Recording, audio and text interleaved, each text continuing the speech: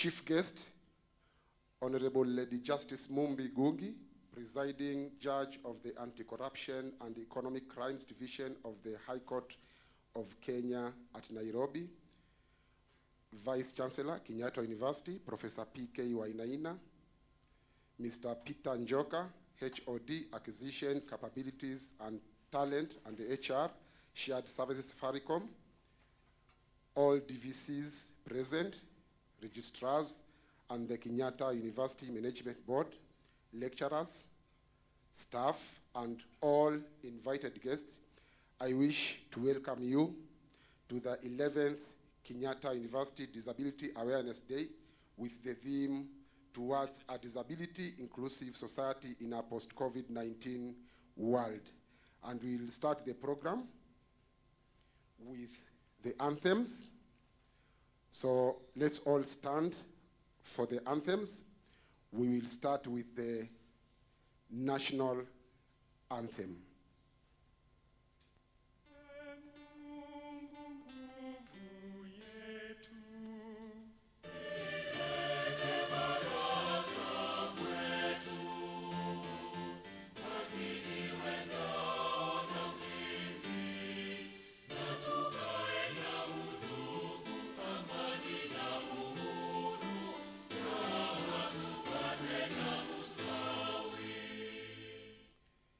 East African anthem.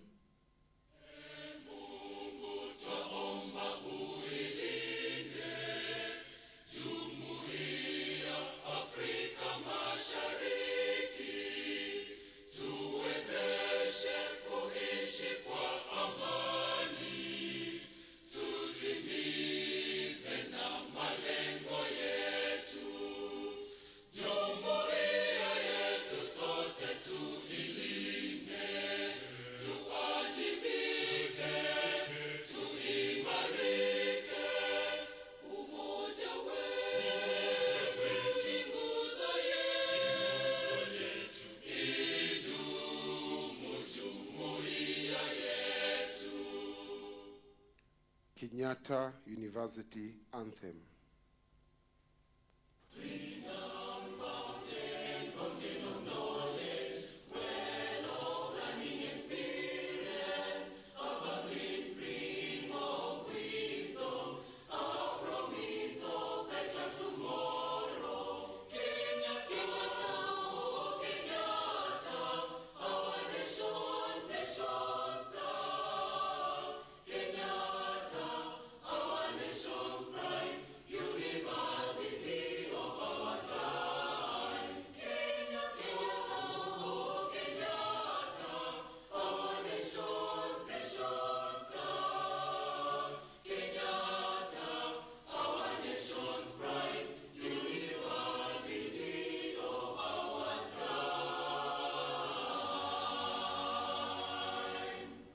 Let's continue standing for the prayers which will be led by Sheikh Abdullah Bundid Dar, Chaplain, Muslim Community, Kenyatta University.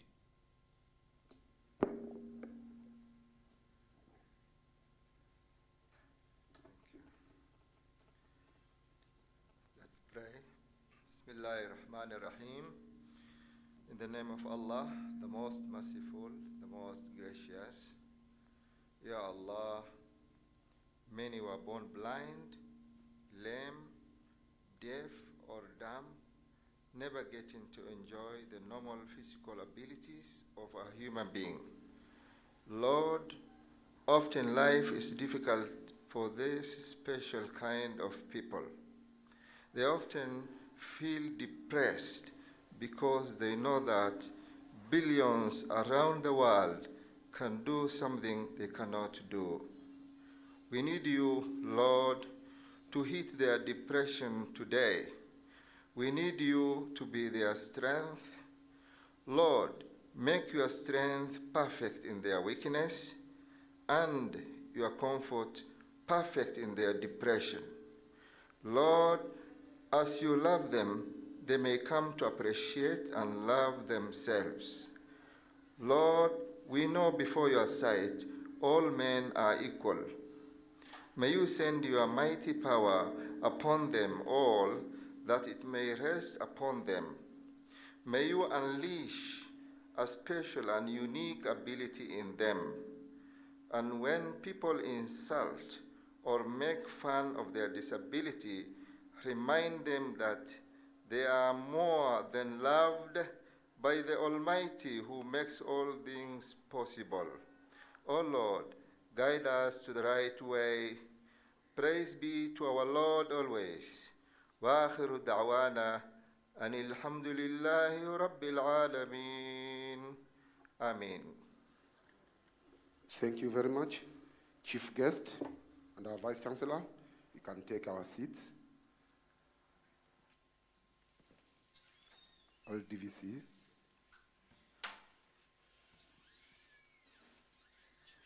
Chief guest, the program will start with some entertainment, and there'll be two groups. The first group is called Trio. This is composed of 3 Kenyatta University visually impaired students, namely Jared Ashioma, with a stage name Ashush. He's a first-year student pursuing bachelor's degree in music. He's also a professional musician. Then we also have Willis Wafula. He's in his final year doing a diploma course in music, and he has passion in music. And the third person is John Mwangi. He's a second-year student pursuing a bachelor's degree in education, special needs education. He has passion in singing. They'll perform the song, We Are the World. Welcome.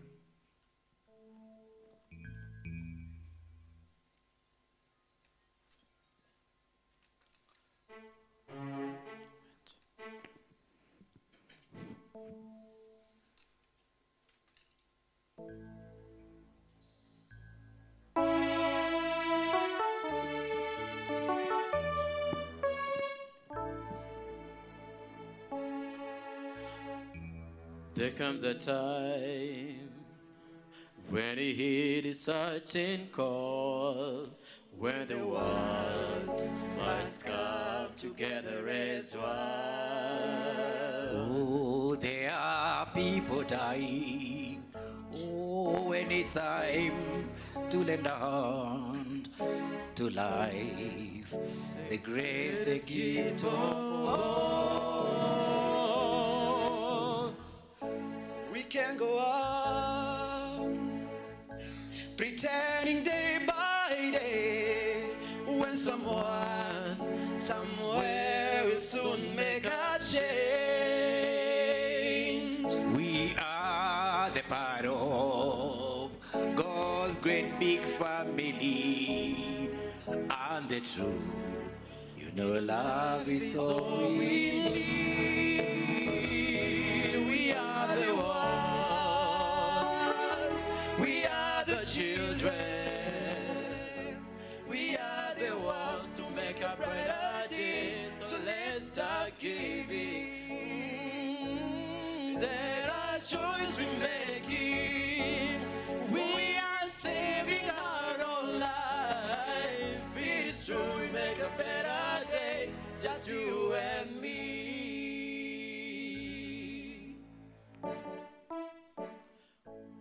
Oh, send them your heart. Let's give them another thunderous clap.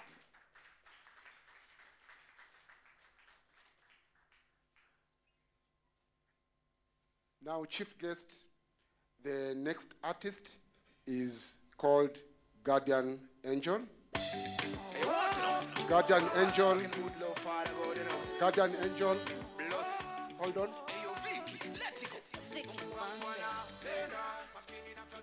Guardian Angel is a Kenyan gospel musician specializing in dancehall and Afro-rap gospel music. His real name is Peter Omwaka. The Hadithi hitmaker had one of the most difficult upbringings. He had to become a street kid at some point in life. However, that did not stop him from soaring to greater heights. He began his music career as early as high school, and he was the first Kenyan student to win 10 awards at the National High School Music Festival. He has been an inspiration to many, He has risen through the ranks, winning 2-time Groove Awards nominee for the Best Male Artist. And in 2018, he won the Groove Awards as the Male Gospel Artist of the Year. Let's give a big welcome to Guardian Angel.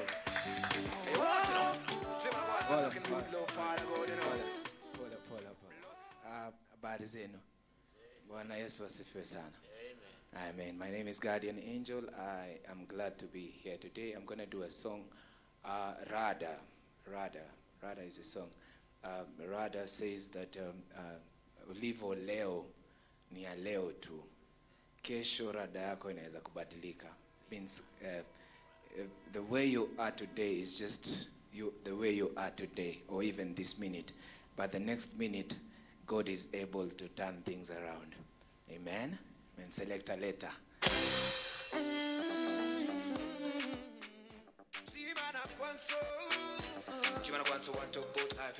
Ulipoleo hiyo ni ya leo, wenda kesho hiyo rada ibadilike. Matatizo ulionayo, hizo shida ulionazo ni za leo, wenda kesho hiyo rada ibadilike. Rada ibadilike, rada ibadilike, ulala. Wenda kesho hiyo rada ibadilike.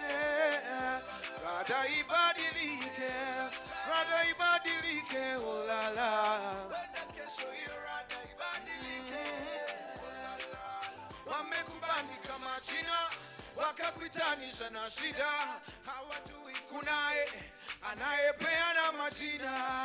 Hawajui na watawaijua ni nini kesho Mungu amepanga na maisha yako. Cha muhimu niwe kujitambua na usonge na rada yake. Hawajui na watawaijua ni nini kesho Mungu amepanga na maisha yako. Cha muhimu niwe kujitambua, usonge na rada yake. Ulipo leo hiyo ni ya leo, wenda kesho hiyo rada ibadilike. Matatizo ulionayo, hizo shida ulionazo ni za leo. Rada ibadilike, rada ibadilike, rada ibadilike, ulala. Wenda kesho hiyo rada ibadilike. Rada ibadilike, wenda kesho hiyo rada ibadilike. Mungu wangu anapenda maskini na tajiri, anapenda, ndo maana mina niko mikononi mwake, kila kitu iko beta. Mungu wangu anapenda maskini na tajiri, anapenda, ndo maana mina niko mikononi mwake, kila kitu kiko beta. Ibilisi ananyeta, kuna watu wakicheki unabarikiwa sana wanateta. Anazidi kuleta mvua ya baraka na mabeta, inazidi kunyesha. Ibilisi ananyeta, kuna watu wakicheki unabarikiwa sana wanateta. Anazidi kuleta mvua ya baraka na mabeta, inazidi kunyesha. Asifuye mvua imemnyea, asifu juu amenitendea. Hey, maajabu, maajabu, hata wewe ukimkujia hey, maajabu, yeah. Kuna wenye dhambi wengine takatifu, jua likiwa kali na wakia wote. Mvua ikinyesha inawanyeshea wote. Hey, yeah. Hey, yeah. Mungu wangu anapenda maskini na tajiri, anapenda. DJ Terrors, me pray son, say me have a pray son. Pray son, say me have a pray son. Me know me papa go and bush on duty.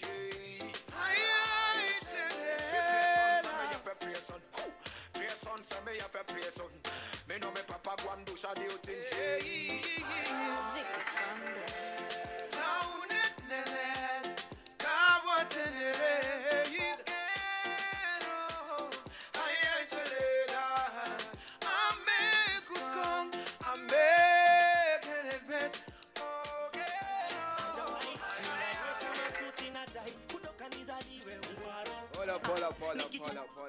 Pola. Selector unaenda mbio sana.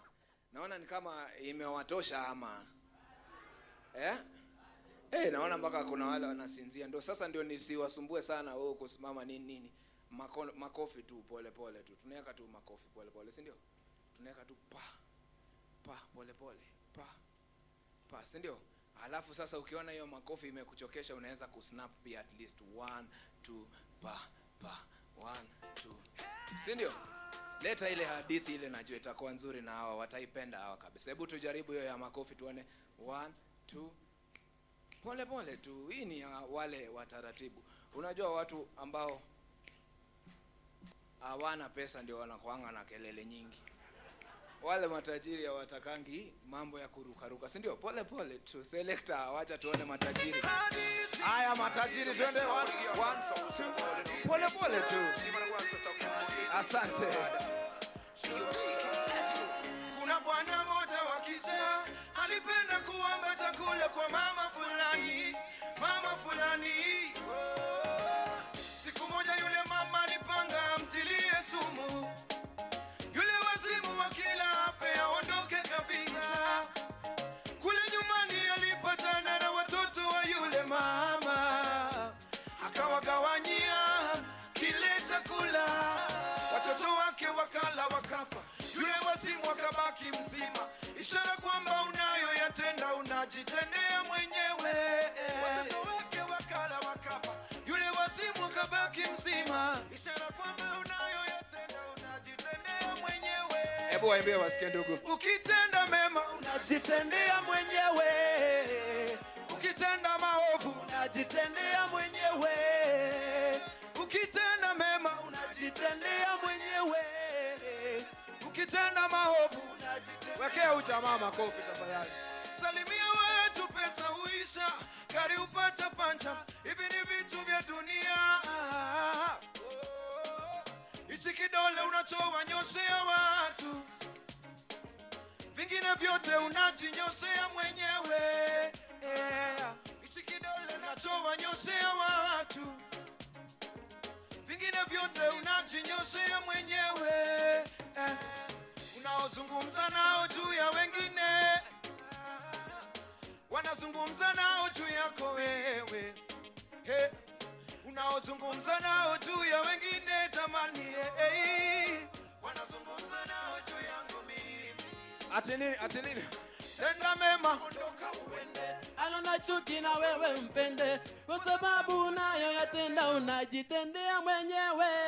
Tenda mema ondoka uende. Alona chuki na wewe mpende, kwa sababu Haya, wacha tuone matajiri makofi pamoja, twende. 1 2. 1 2. 1 2. ukitenda maovu unajitendea mwenyewe.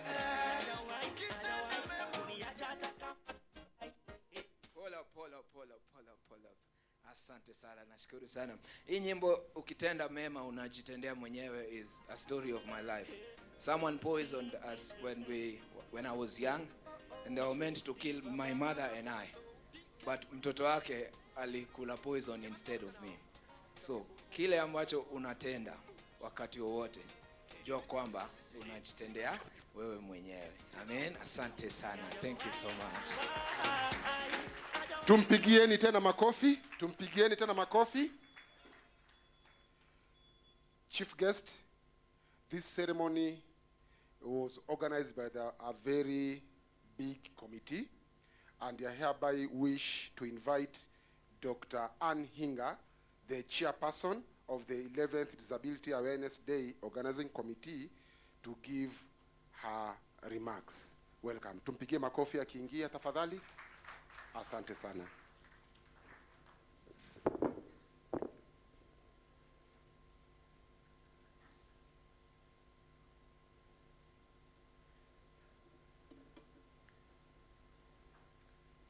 So our chief guest, Honorable Lady Justice Mombi Ngugi, presiding judge of the Anti-Corruption and Economic Crimes Division of the High Court of Kenya at Nairobi, our Vice Chancellor, Professor Paul Wainaina, Mr. Hassan, Chief Executive Officer, National Council of People Living with Disability. We have also among us Ms. Jane Waithera, Program Officer, Light for the World. Mr. Peter Njoka, Head of Department, Acquisition, Capability and Talent, and HR Shared Services, Safaricom. DVCs among us, members of management, directors, our distinguished guests, colleagues, students, ladies and gentlemen, good morning, and welcome to Kenyatta University, and especially to our 11th Disability Awareness Day. We are delighted that you came. Mr. Vice Chancellor, sir, we are grateful that this day is part of the university calendar. Thank you for your approval. And our motto this year augurs very well with the Kenyatta University vision, which is to be a dynamic, inclusive, and competitive center of excellence in teaching, learning, research, and service to humanity. Let me also take this opportunity to thank my committee who gave their time and resources to organize this day, without whom this would not have been. Kenyatta University prides itself in a long history of inclusive education. We have offered that our students with disability and without disability learn together. And even in the new normal, this is the COVID pandemic, we are aware that there are new and unique challenges, and you can trust us that we shall continue being innovative in accommodating our students with various disabilities. So feel welcome, enjoy the day, and let's have a great day together. Karibu.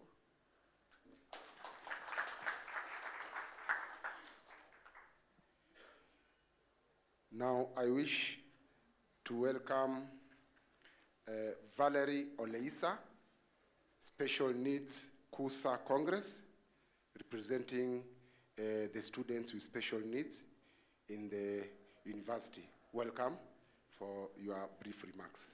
Tumpigeni makofi. Asante sana.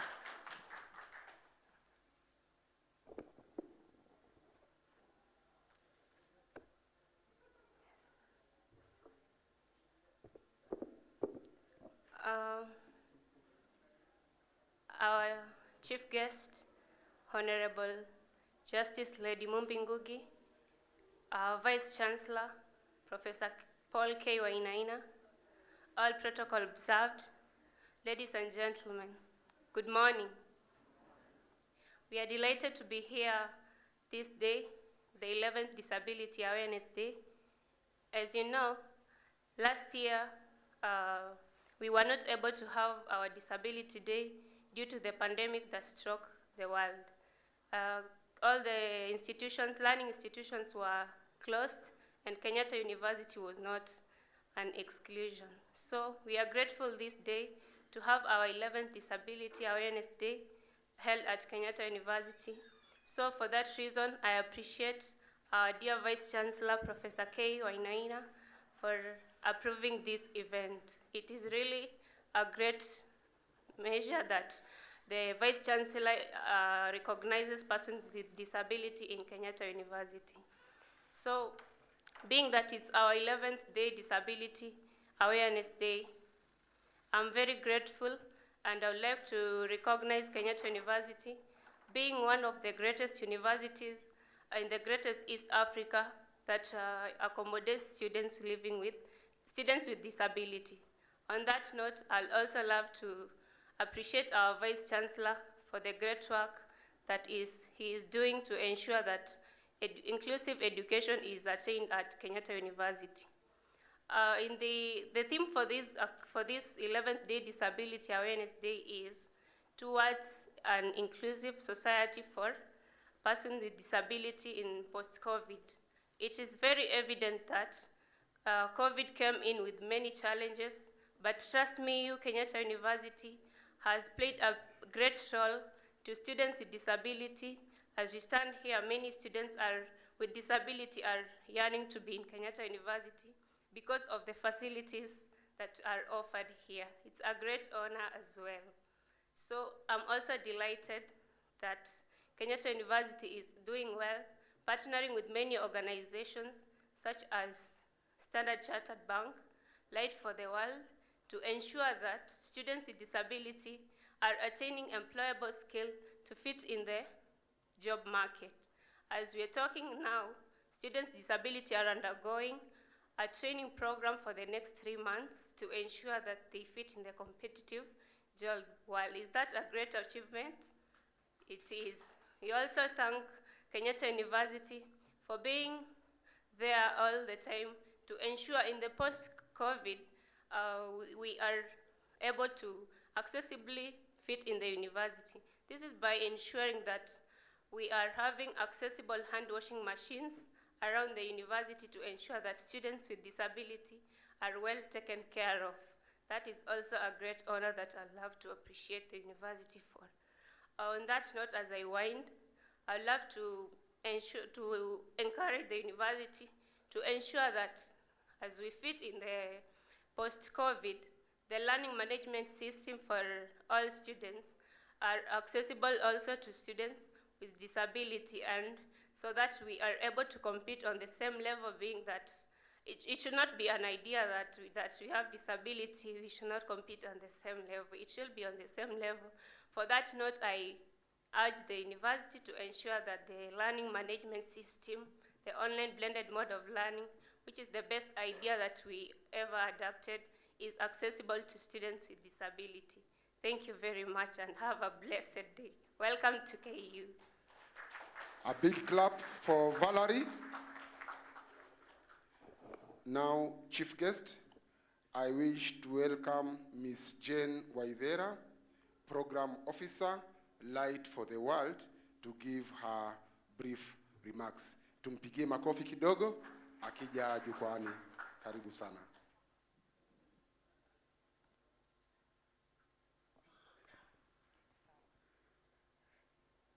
Okay, good morning, ladies and gentlemen. Yeah, so it's hard times for all of us. I know this hall would have been fuller, but amid this COVID, we are glad that we're here commemorating the 11th day, Disability Awareness Day at Kenyatta University. My name is Jane, as mentioned, and I pass my greetings first from my country director and the country team at Light for the World, Kenya. And we would wish to reaffirm our support to institutions like Kenyatta University that are committed to ensuring that there's inclusion in the learning institutions.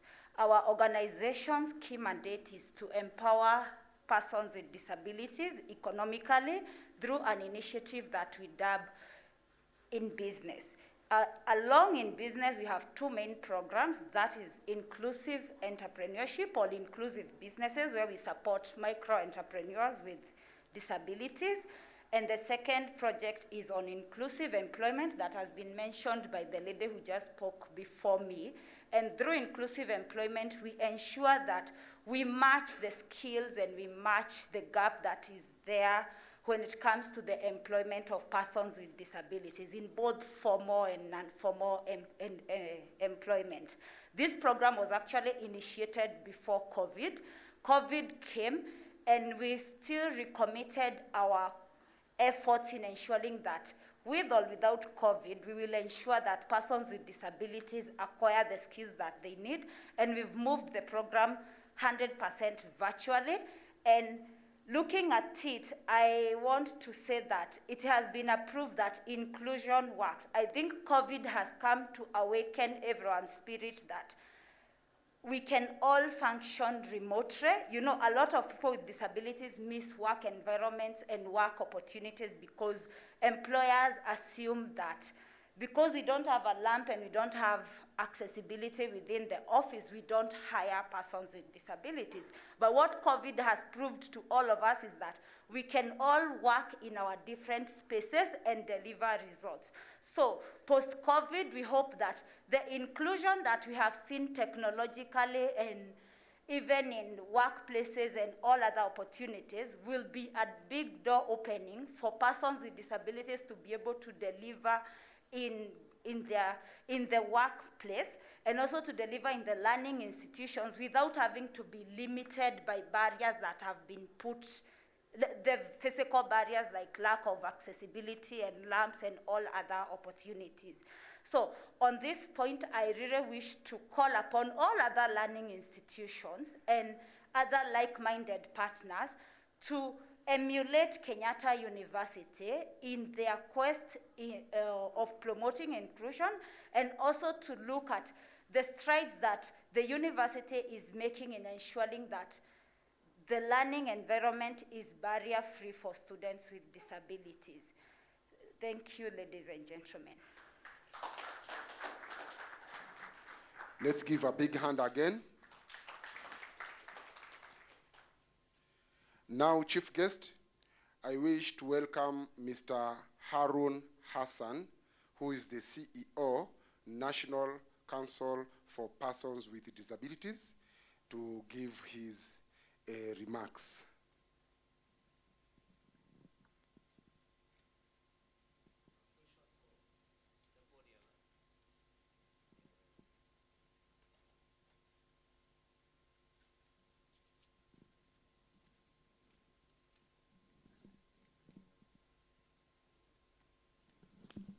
Thank you so much.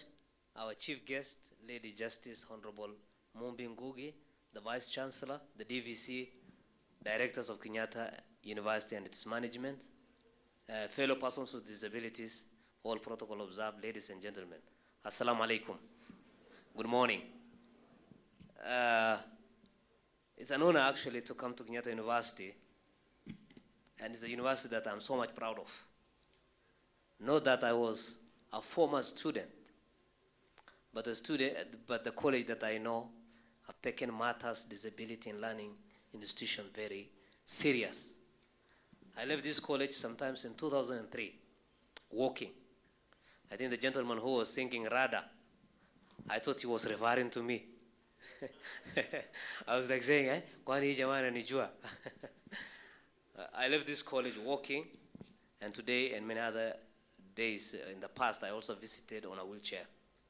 So life can be like that. So when I was on the other side of the world, I never used to understand what disability is all about. And in fact, and I want to confess here, I never even cared to understand, because I never thought it will come to me or to people who matters to me, whether they're family members or friends. But the reality is, things can happen just like that. But when it happens, how we take it is what matters. So accepting this wheelchair wasn't really an easy journey. You know, if you're born with disability, you don't know what you lack. So you cannot compare your life with any other thing. But when you are well-formed, running up and down, and you miss sight, you miss leg like myself, your hands, you compare yourself with what you missed. So that's where depression creeps in, and many people give up. But the good thing is, if you accept, like I did, your mind closes to see what you cannot. It sees what you can. And in fact, on this wheelchair, I've done things that I wouldn't have done in life. I've gone around the world. I wrote stories. I spoke in many events. And I become a better person than when I was walking. So life can be like that. So Kenyatta University those days was a small compound. There's only one campus. It's like military barracks. But right now there are so many big lofty buildings. Even this theater or this building, I think it's not there those days. And I was told right now, the students with disabilities are to me tuk-tuk. They use bus. And there are many other good facilities university has introduced. And we're even learning this morning that the students are not only undertaking Bachelor of Education, special education only, but even other courses. So for the university, to open its doors, to really embrace the inclusive education in its meaning and going forward is something that we can be proud of as former students. And National Council, of course, Many of you know, and you are beneficiaries, especially students with disability, of National Council, either through the bursaries or the scholarship program or some other support program the council do give. I'm fairly new yet, 3.5 months old and learning, frankly speaking, I must confess that. But I know I'm not new to the sector, and I know what is ailing the sector. Some things is something that is bigger than the council, and something can be handled at a different level. But bottom line, if we all work together, we will make the world a better place for everyone. I do appreciate that education is the only fighting chance for a child with disability. If we give them education, their disability will be hidden.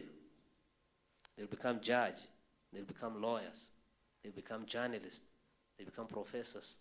But if we deny them the opportunity of schooling because of their impairment, that is when their disability will become glaringly very visible. Because the only qualification that remains then is their disability or their impairment, to go to the street and use that to woo sympathy so that they can become maybe, object of charity, to the others. But if we allow them access to education, that thing will be hidden. Sometimes when I go to Jamia and pray, I wear a very nice suit.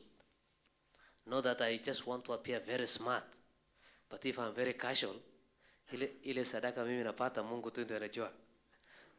But when I'm in a suit, my name immediately change. I become Mheshimiwa out of nowhere, and everybody want to give me away. That is the thinking, in every person.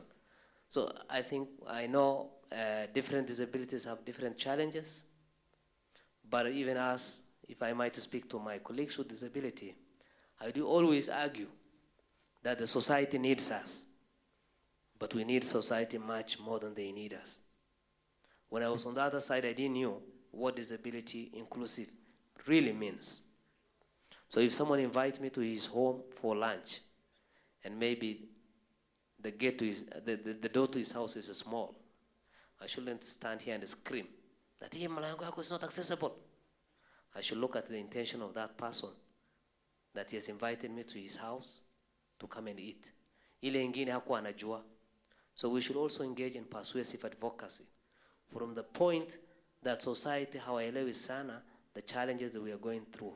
So we have to change even our tactics, our approach in ensuring that the society opens the door for us.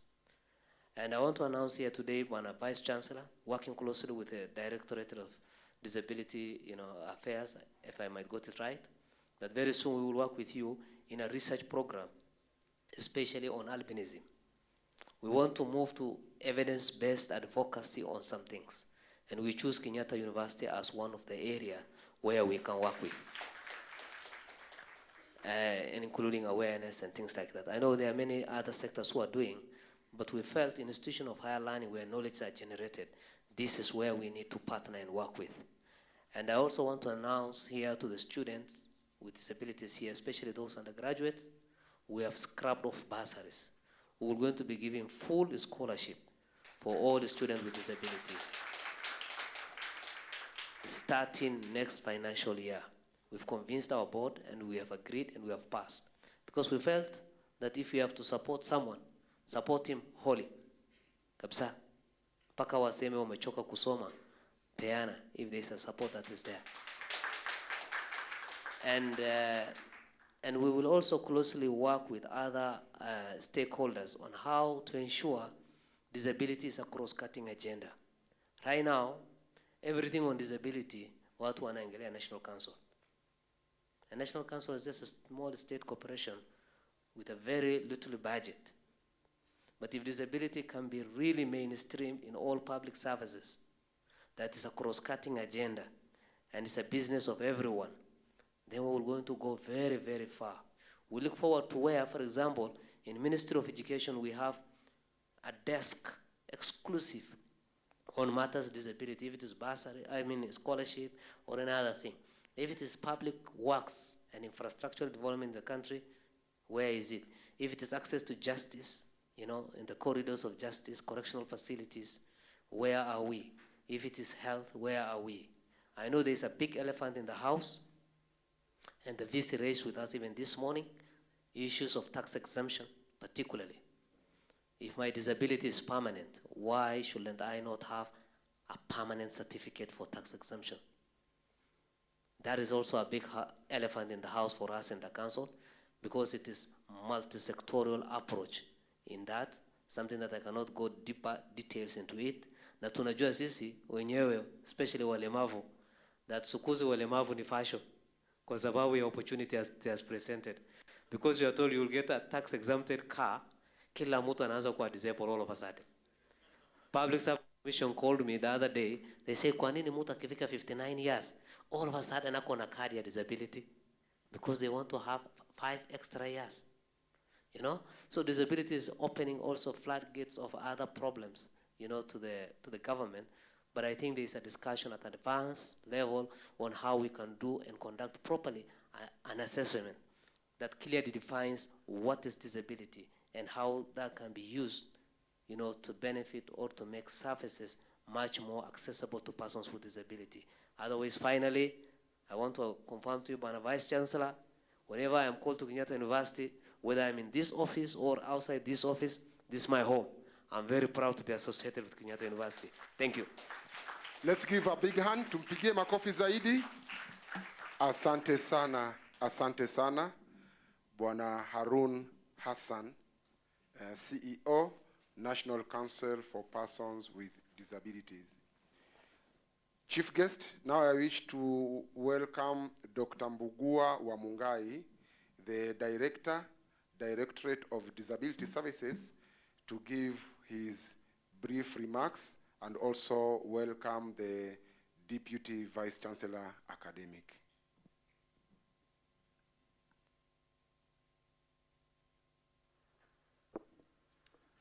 Good morning, ladies and gentlemen.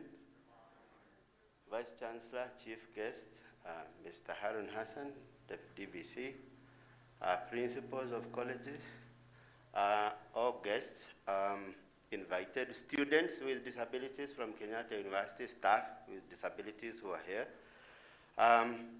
It is my humble pleasure to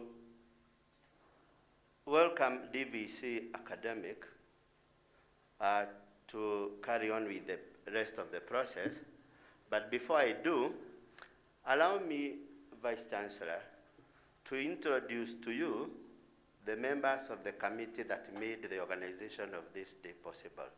Often we forget the people who put in a lot of hard work. We want to recognize them. If you are in the room, please rise. Anyone in the room? Dr. Hinga? We have, beginning with Mr. Karaoke at the back. He works at the health unit at the university. Then we have Mr. Ojwang. Mr. Ojwang works at the Resource Center for the Blind at the Directorate of Student Affairs. We have Mr. Amos Mia. I really don't know where Mr. Mia works because he works all over the university. If you need something done, it is Mr. Mia who will do it. Thank you. Then we have Mr. Maina Wilfred. Maina is the manager, Kenyatta University Press. We have Dr. Lucy Kadhuri, Director Catering, a very able supporter of the Directorate. We have Valerie Olesa, and I must inform you that Valerie traveled all the way from Mombasa last night to be here, and she is going back to Mombasa on her own account. So she takes the interest of persons with disabilities very seriously. Thank you, Valerie. And we have finally, Professor Mbugua. Professor Mbugua teaches in the Department of Botany. He is my predecessor in the office. He is again one of our able members of the board. Thank you very much. And then finally we have Dr. Hinga, who is the chair of the organizing committee that put this together. Thank you very much. She is also the chair of the board of the Directorate of Disability Services. I do not think this is my day to make speeches, but I will say one thing. Pay attention to the term inclusivity in the theme that we are addressing today. Like Mr. Hassan said, people need to properly understand what inclusivity means. And this is a challenge I'm throwing to people everywhere who always provide services to persons with disabilities in segregated corners. That is not inclusivity. Yes, it is a service provision to PWD or persons with disabilities, but it is segregative. That is not the way society works. These people are an integral part of regular society. Regularize their participation by including them in everything that the rest of the community is engaged in. Without further ado, I invite Professor Okemo, our Deputy Vice Chancellor, to carry on with the rest of the program. Thank you very much.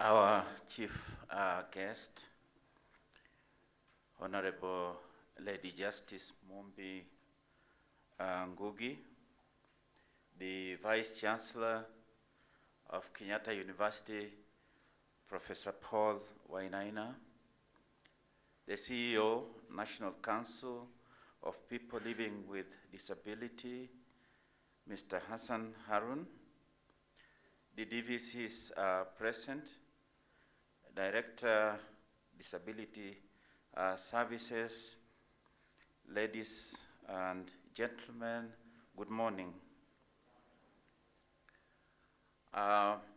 It's a great day for us to remember what we are doing today, particularly knowing that it's reminding us of a section of our society that also belongs to us. And last time I was here, I think I told you of a story, and those of you who are here probably remember the story. Now today I've decided I'm not going to tell stories because today my boss is with me, and so for now, just allow me to invite the Vice Chancellor to make his remarks. When it becomes opportune next time, I'll tell you more stories. And so, ladies and gentlemen, allow me to invite the Vice Chancellor to come and make his remarks.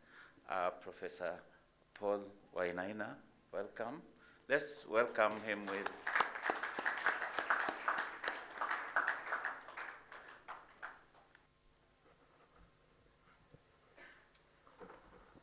You should have taken 5 minutes for the story.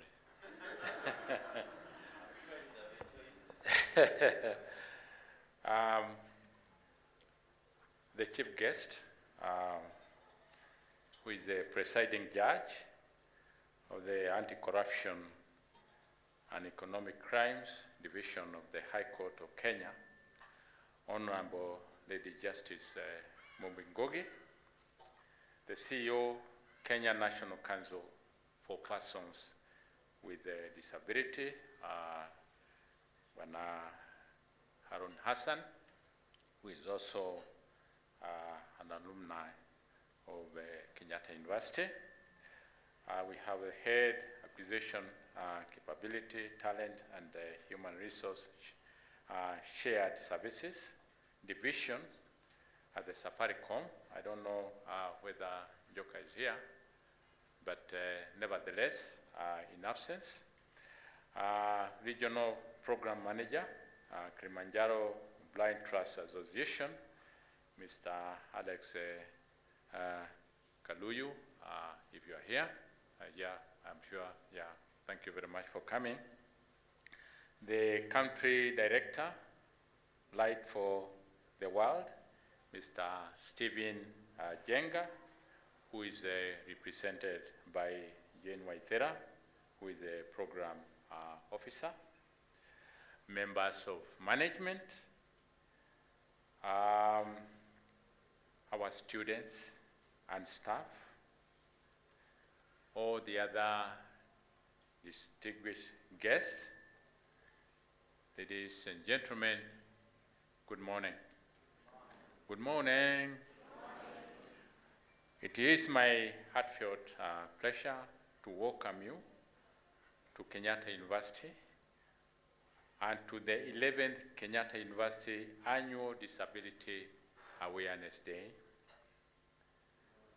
I'm actually delighted to introduce our chief guest, Honorable Justice Mombi Ngugi, who has actually led that distinguished service to the nation as a judge and advocate of disability rights. Justice Mombi Ngugi has been ordered several times, but I just want to say recently Judge Ngugi was awarded the Global Jurist of the Year 2020 prize by the Northern Press-Kaiser's School of Law's Center for International Human Rights in February this year, just last month.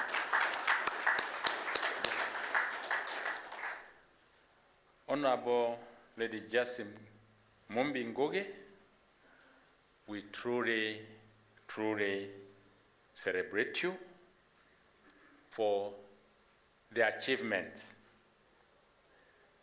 And our colleagues, I want to say, for me, I have seen the judge at close quarters today. I've been seeing her, the newspapers, the TVs, and I always imagined a very huge lady, very physical. If she's able to tackle those huge engineers of corruption. But I saw an older lady, but I want to say this. Spiritually, Judge Ngugi, you are huge. The kind of things you are doing, the kind of cases you are tackling, we really honor you. We are behind you, and we are thinking that if you have probably 10 more of Justice Ngugi, probably in Kenya, there will be a difference. The ritual that you are doing is actually appreciated. There's a lot of pain, a lot of frustration, but I can say the ritual that you are doing is appreciated by everybody here. And this is why I really want to take this opportunity to ask all of us to rise up. Just rise up and celebrate the work and appreciate what Lady Justice Mombi Ngugi has done within a very short time. I didn't want to talk about where she went to school, what she has done, but at least you are a household name. If you didn't know, there are a lot of people who are following you. You are making a big mark. So I want to say we are going to clap 1, 2, 3, 1, 2, 3, 1, 2, 3. Are you all ready? Are you ready? Yes. Now, can we start? 1, 2. Asante sana. I thought I wanted to take this opportunity to do that.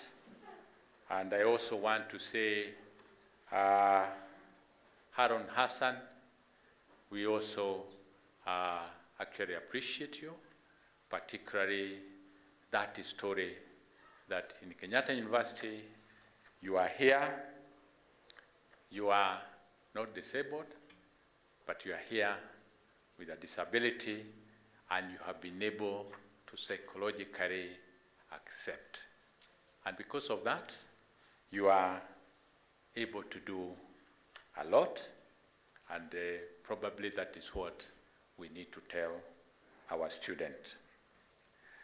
Ladies and gentlemen, it is worth noting that our chief guest is a co-founder of the Urbanism Society for East Africa. Her advocacy work on the rights of persons with albinism has been tremendous impact on the lives of very many people in Kenya and also beyond. Indeed, the welfare of persons with disability has become a visible global agenda, championed by, among others, the United Nations and the World Bank. In June 2018, the Global Disability Summit held in London called upon both governments and private institutions to undertake specific commitments to ensure concrete results were achieved by the disability agenda by the year 2022. In its commitment to this global agenda, the government of Kenya undertook to aid stigmatization, to provide inclusive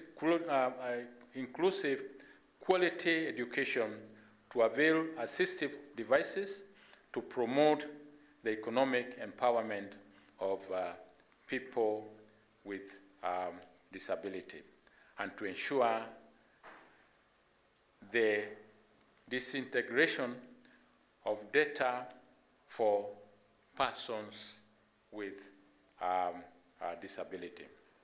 These are important steps aimed at progressively ensuring inclusivity and equitability, and hopefully resulting in a better future for persons with disability. Ladies and gentlemen, as a nation, we find ourselves having to adapt our lives to the vagaries of COVID-19 in an environment that has come to be known generally as the new normal. This is the context within which I urge you to reflect upon issues of disability. What is it like for persons with a disability to suddenly have to deal with the challenges brought about by COVID-19 pandemic? That is, no contact, no social distancing, for example.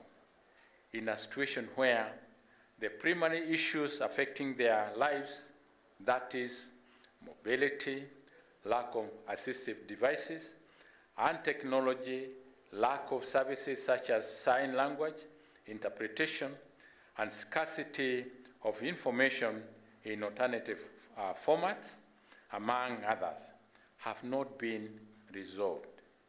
Clearly, in COVID-19 has upended the lives of everybody.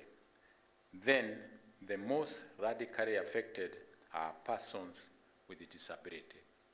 What we are saying is that people are really suffering, but the suffering is more when it comes to people with a disability.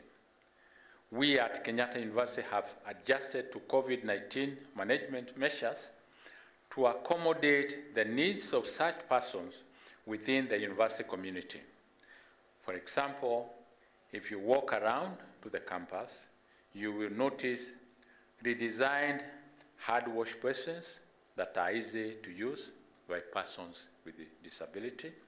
the university has also adopted the blended mode of learning, and in doing so, we have had to adapt the teaching materials to ensure accessibility by both those with hearing and visual impairment. Many challenges remain in terms of customizing the Ministry of Health COVID-19 management protocols. As an institution, we give serious thought to the way these are implemented so that they do not impede service delivery to persons with disability.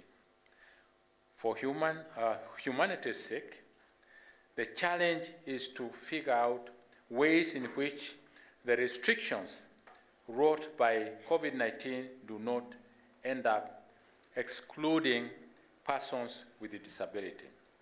Rather, we must aim for the opposite effect, that is, ensuring even greater inclusivity in line with the theme of our Awareness Day today.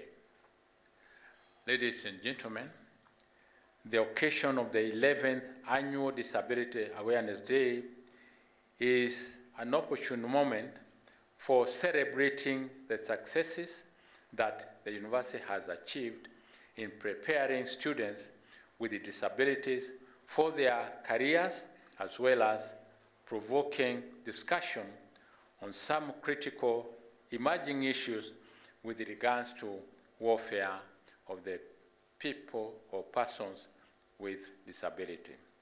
Some of these issues relate to the building environment, medicine, human resource training and management practices, soft skills and workplace integration for persons with disability, and assistive technologies available for them. The theme for this year's day is Towards a Disability Inclusive Society in a Post-COVID-19 world.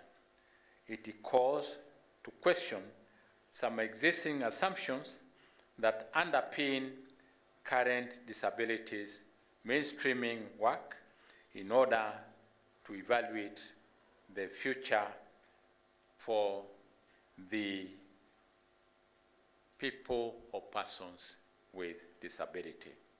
What we are saying again is that even as other normal students, we are facing a lot of challenges, but we are also saying as we adjust for them, then we have also to think about adjusting for those with disability.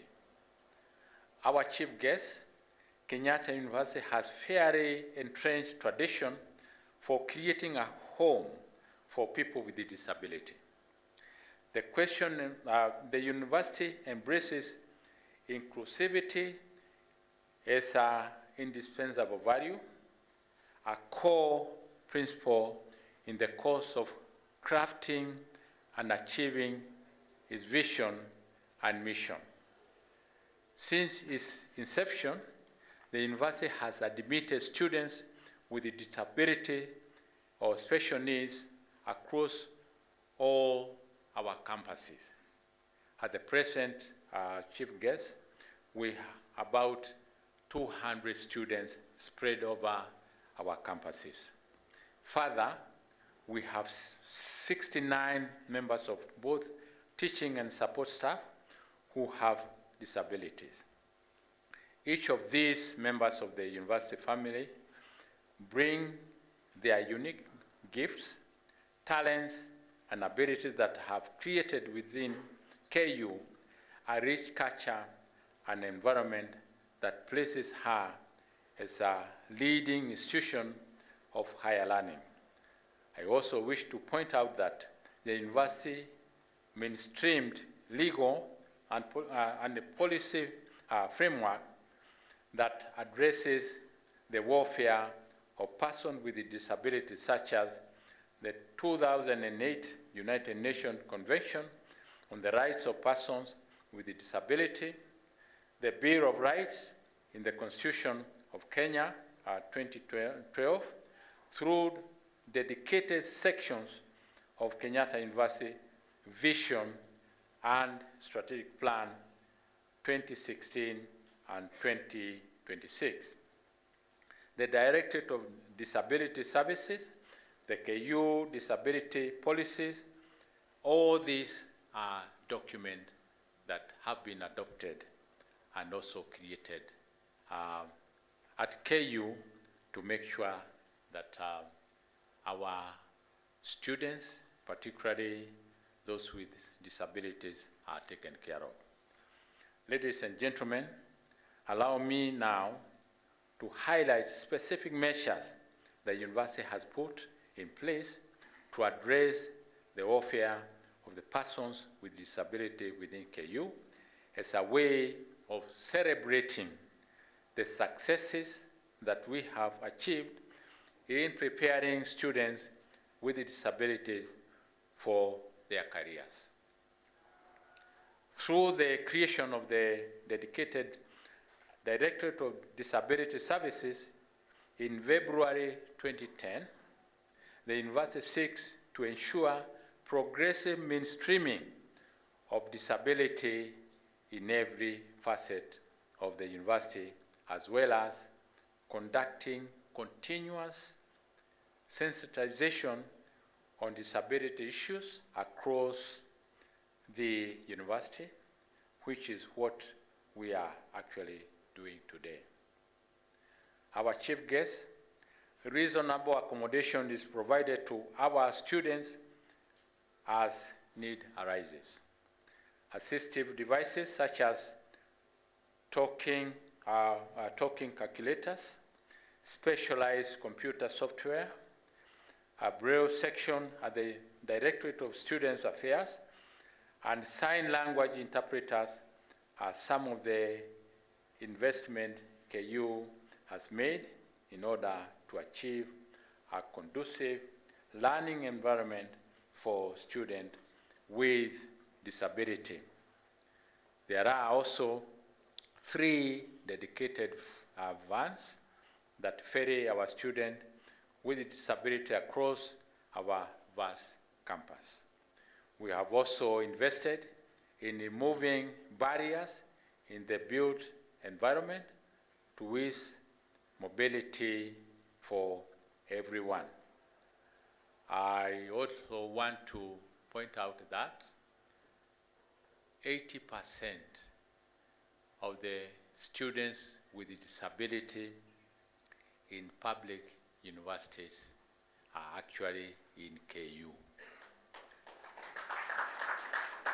If you have time, and probably visit our library, our chief guest, you see some of the equipment that we have purchased, very expensive, to make sure that at least we recognize we have to go an extra mile in terms of making sure that our students with disabilities are taken care of.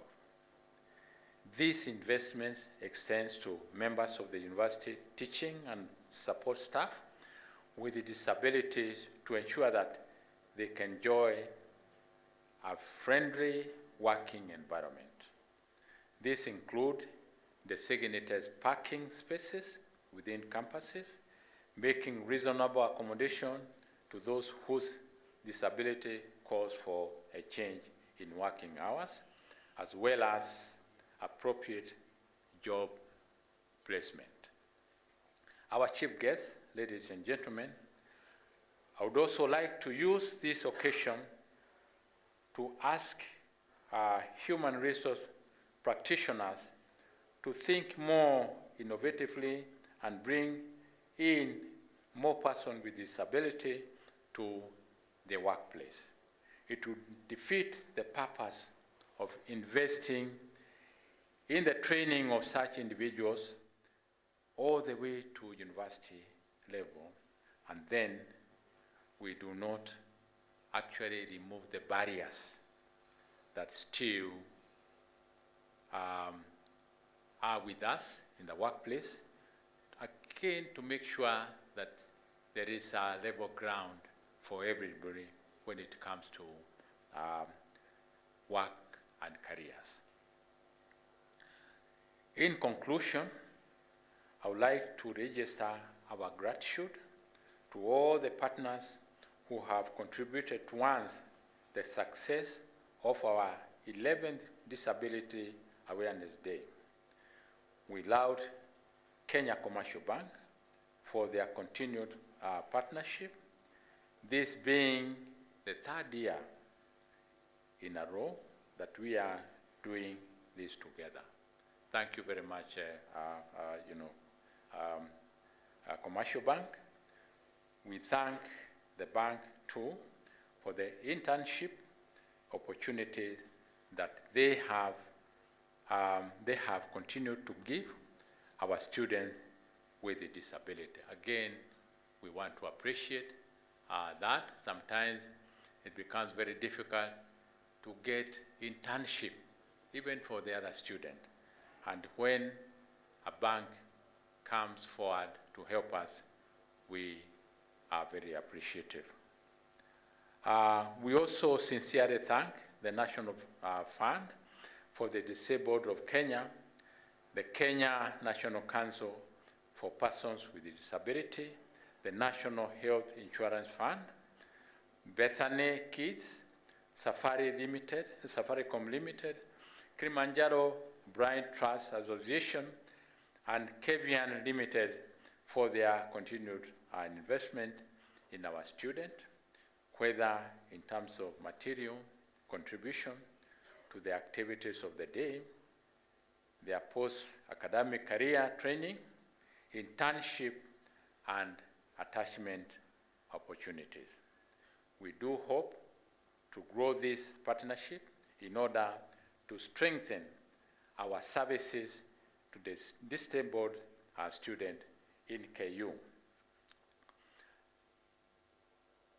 Last but not least, our chief guest, I would like to thank all the members of the 11th Disability Awareness Day Organizing Committee. They stood, we saw them, for the good work that they have done, headed by Dr. Ann Hinga. They have actually made our day by making it very present. If you look around, there is a lot of planning, and we actually don't take this for granted. Of course, we want also to appreciate the work that the director is doing, making sure that the support for all our students is actually taken care of, reminding us when we tend to forget that actually there is something that we need to do. So, asante sana, Dr. Mbugua wa Mungai, for the excellent work that you are doing. Let us all continue working hand towards creating inclusive, quality educational and working experience for the students and staff with the disabilities, as well as visitors to our institution. With those very many remarks, thank you very much, and God bless you.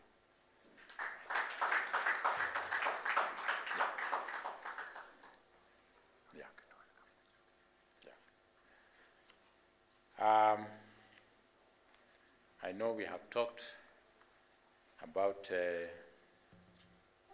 our excitement for having Lady Justice Mumbi with us. There are a lot of things we would have said, but just to remind you that she was supposed to come and officiate this day last year.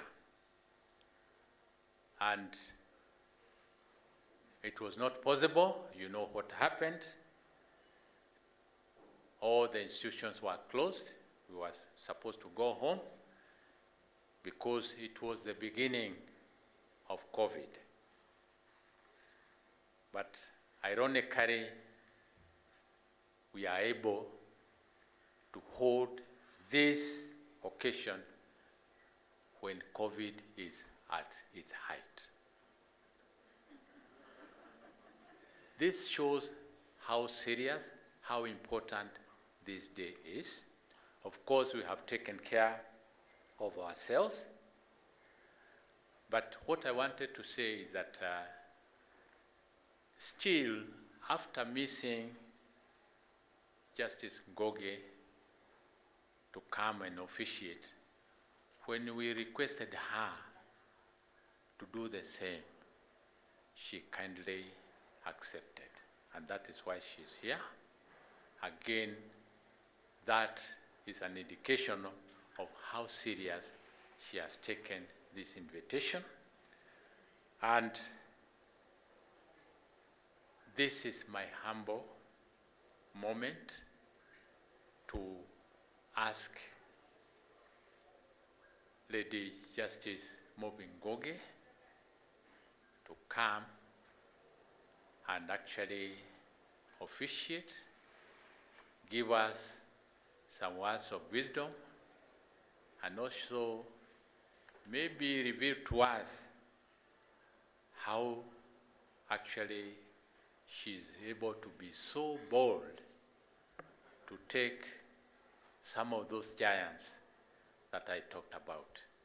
So, Justice Mobi Ngoge, karibu sana to KU.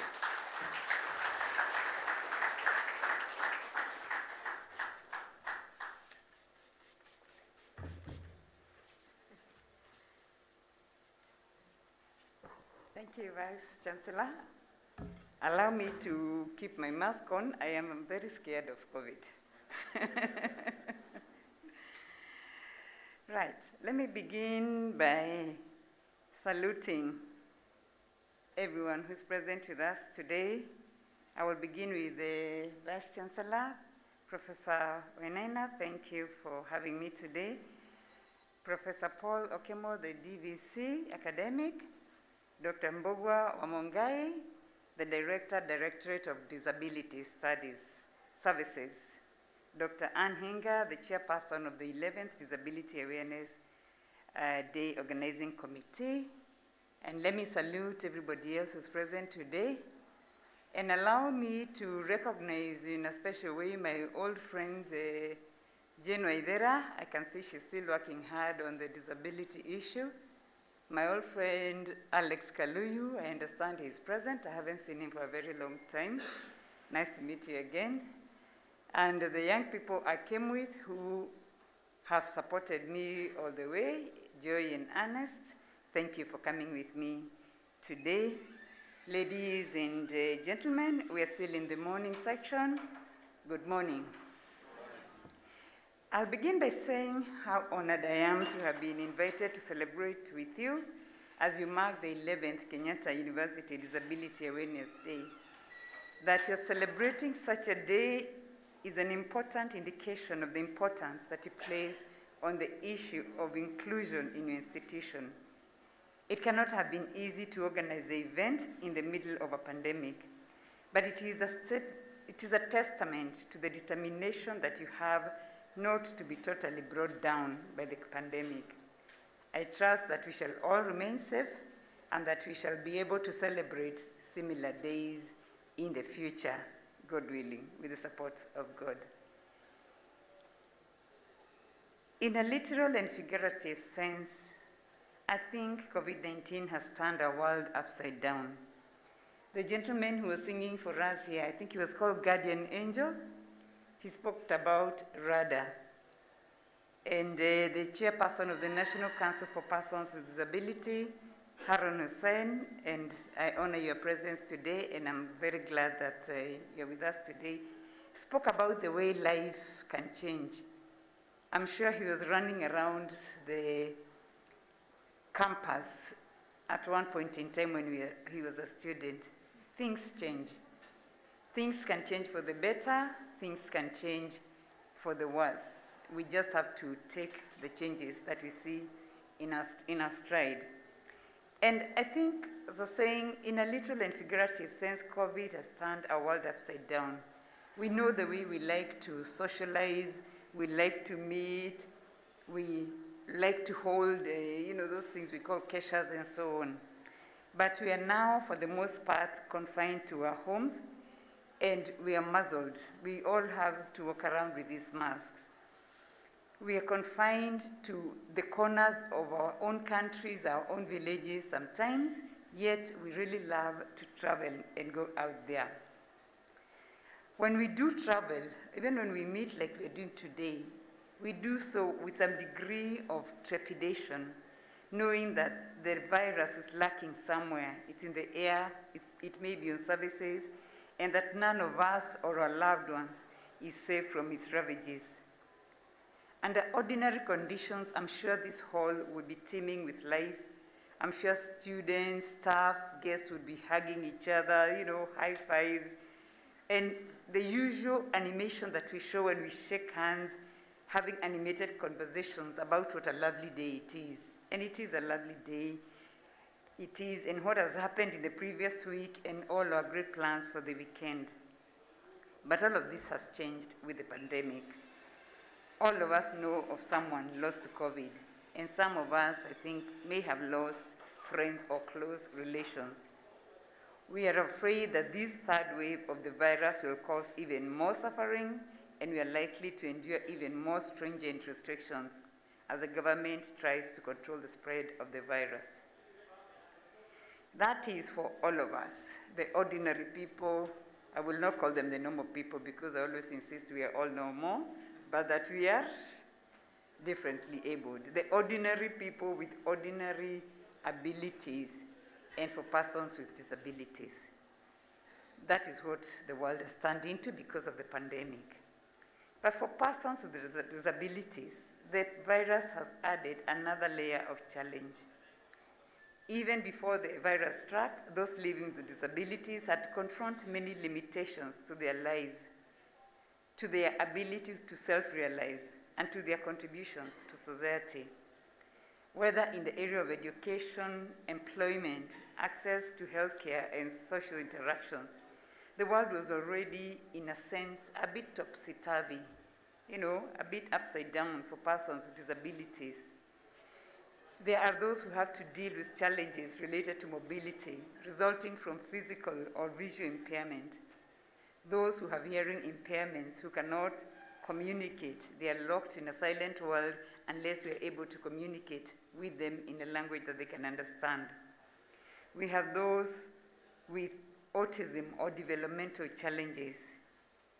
To navigate the ordinary world that we knew before COVID, a world that was organized and structured for those who do not have such challenges, was already difficult enough.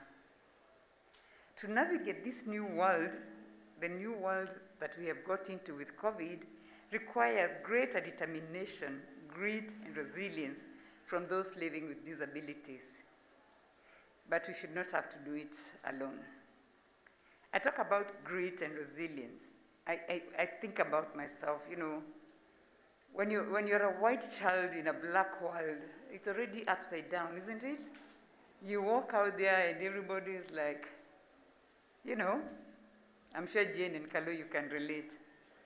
When you have to walk with crutches and everybody is running around, they do not understand why you're walking with these things. Again, the world is a bit upside down. You have to have a lot of confidence, a lot of determination to navigate that world. So, we have to show that resilience, that determination ourselves. And I speak to all the students here because there's a lot that may come in the future, but it will always need you to be strong and to be determined that you can make it. To help us to navigate successfully this new world, There must be renewed commitment from those in charge of our institutions, our leaders and policymakers, to ensuring that the barriers that have hindered our advancement and participation of persons with disabilities is addressed with a singular focus and commitment. For truth be told, even prior to COVID, we were yet to achieve a truly inclusive society. We have only had COVID for a year. If you look back, you will see that there were still a lot of challenges that have just been exacerbated by this virus. We have the legal framework that, if properly implemented, would help us move towards greater inclusion. For those, we may not have students of law here today, but for those who study law, there is a Convention on the Rights of Persons with Disabilities, which defines persons with disabilities to include those who have long-term physical, mental, intellectual, or sensory impairments, which interaction with various barriers, which includes social barriers, like stigma, like the discrimination that we face in our cultural settings, may hinder their full and effective participation in society on an equal basis with others. We have our Constitution. I know persons with disabilities are familiar with Article 54, but everybody here should be familiar with Article 54, which contains express provisions for protection of the rights of persons with disabilities, and it requires that we make reasonable accommodation to ensure that persons with disabilities enjoy, on an equal basis with others, the rights that are guaranteed in the Constitution. I'm very glad to hear from your Vice Chancellor that Kenyatta University is doing a lot to make such reasonable accommodation, including in relation to the hours that people come to work. We know the difficulties sometimes in transport and so on, so it's great to hear that that is happening at this institution. It's my hope that it can be done in other places also. We also have other rights that are included in the Constitution that persons with disabilities, like everybody else, are entitled to. These are the socio-economic rights that are guaranteed in Article 43 of the Constitution: the right to health, the right to housing, and most importantly, for our purposes today, the right to education. If you look at our Constitution, allow me to quote it a lot. I am a lawyer and a judge, and I worked a lot on human rights. We have Article 54(1)b, which provides that persons with disabilities are entitled to access educational institutions and facilities that are integrated into society to the extent compatible with the interests of the person. When you look at this article and read it together with another article, 27, on equality and freedom from discrimination, and Article 43 on economic and social rights, you see that the Constitution imposes a duty on the government of Kenya to put in place measures for the progressive realization of these rights: education, access to public places, and so on. That is the legal framework. But the reality that we find, if you read a lot of reports that are produced in our country, you will find that persons with disabilities in general, and here I put on my gender hat, more so women with disabilities, suffer the greatest disadvantages in accessing their rights. Many have limited access to education, and as a result, invariably, they have limited access to employment. Lack of employment opportunities impacts in turn the ability of persons with disabilities to provide for themselves. One need not add that inability to secure employment and thus provide for oneself impacts access to nutrition, to health care, to proper housing and sanitation. And of course, it then follows that at a time when a pandemic threatens the health of all, its impact is likely to be disproportionately felt by persons with disabilities. One of the things that we learn as lawyers, and we must always bear in mind, is what is called the interdependence and indivisibility of rights. Let me teach you a little law. Interdependence. If I don't have my health, I cannot work properly. Therefore, I cannot put food on my table. So my right to health impacts my right to nutrition. It impacts my right to education, or the rights of my children to education. So it's a rounded thing, that in ensuring access to education, you're helping to ensure access by persons with disabilities to other rights that everybody is entitled to. And of course, if you don't have that, if persons with disabilities don't have access to the basic tool that takes them forward in access to other rights, then it means that their ability to access other rights is totally compromised. But to get back here, in the last 1 year, schools have closed or scaled down considerably. Classes have moved online, social distancing protocols have been put in place. Hand washing and sanitizing have been highly recommended to keep COVID at bay. Many businesses have had to close down, which has rendered many unemployed and without an income. The changes that we have witnessed in the year that we have been in the grip of COVID have had diverse impacts on people, the impact being determined, I think, in most cases, by one's economic status. If one is employed and employment has survived the shutdowns that we have encountered in the economy, one is able to provide for themselves and their children. One is able to afford good health care, and where schools have gone online, one can continue with their education. However, statistics show that many persons with disabilities have limited access to education, so that the nature of employment that many may get may be informal, leading to a hand-to-mouth existence. And therefore, the impact of COVID has most likely been devastating. As for access to health care, housing, and nutrition, only time and research will show us how bad the impact has been for people generally, but more so for persons with disabilities in a society such as ours, where we do not have social support systems. I know that in the West, there are many researchers already who have gone out there, and they are already looking at how COVID has impacted women, it has affected men, it has affected people in various sectors.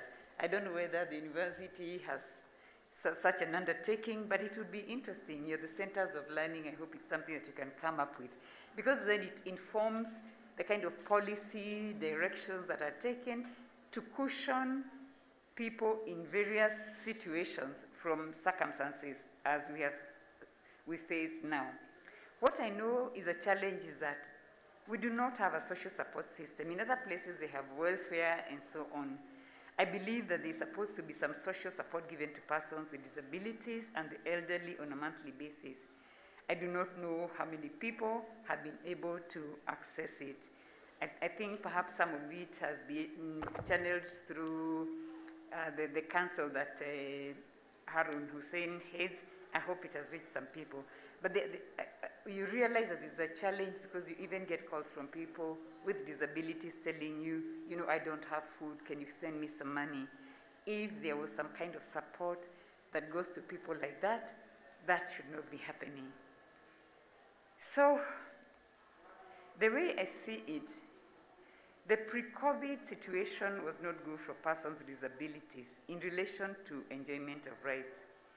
And I think I would not be exaggerating if I say it has worsened considerably with the COVID pandemic. But I think it need not be all gloomy. And we ask ourselves the question, what can we do to make the post-COVID, or a world in which we have to live with COVID, as I think some are suggesting it will be endemic in the population, we have to deal with it. How can we make that new world a better, more inclusive world for persons with disabilities? I begin by saying that we must start by recognizing that inclusion of persons with disabilities is not only a constitutional and legislative imperative. I've talked about Article 10 and 54 and 27 of the Constitution, which require that we ensure human rights and social inclusion for the vulnerable and marginalized, and we have Article 54, which speaks specifically to the inclusion and protection of the rights of persons with disabilities. But I think it is also an essential moral imperative if persons with disabilities are to reach their full potential as human beings and live a life of dignity and make a meaningful contribution to society. For me, the starting point is the extent, the way we make a better world. The starting point for me is the extent to which we give persons with disabilities access to education, the quality of that education, and the steps and